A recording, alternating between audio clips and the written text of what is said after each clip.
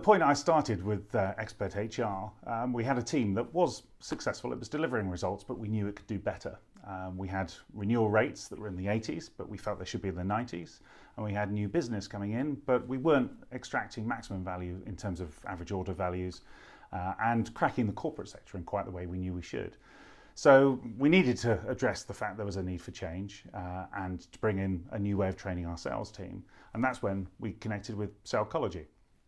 And the brief that I gave to the team there was to put the customer first and encourage the sales team to think about the needs that the customer really has and how our solution, if appropriate, could deliver on those needs, rather than the old-fashioned approach of just focusing on listing a whole bunch of features and hoping that the customer would spot some value in that for themselves.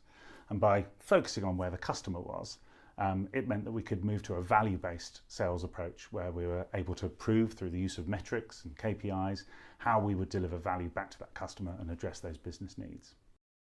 The team at Salecology were acutely aware of the challenges that the professional seller has in today's market. The fact there are more people than ever involved in the decision-making process, up to 7 according to some studies.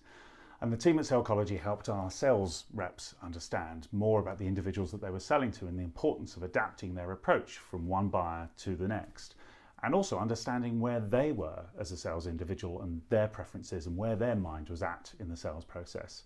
And that has become an incredibly important part of the success of that team, that ability to flex and adapt in different situations with different buyers to drive more effective results. One of the reasons I chose to work with the Salecology team was that they took an entirely different approach to training and developing the sales skills within the team. It wasn't purely about classroom-based training. Yes, there was a component there, but Salecology made us understand that it's about how you build on that after the event.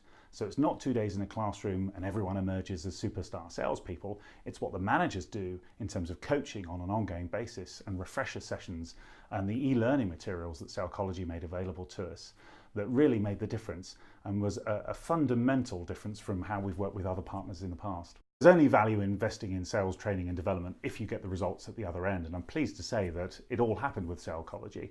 In fact, the first quarter after we'd completed the initial training saw revenue growth of 15%. Then when it came to a key issue for me, which was the reliability of individual pipelines and understanding where the deals were and how likely they were to close, we saw an increase in velocity through the pipeline of 16%.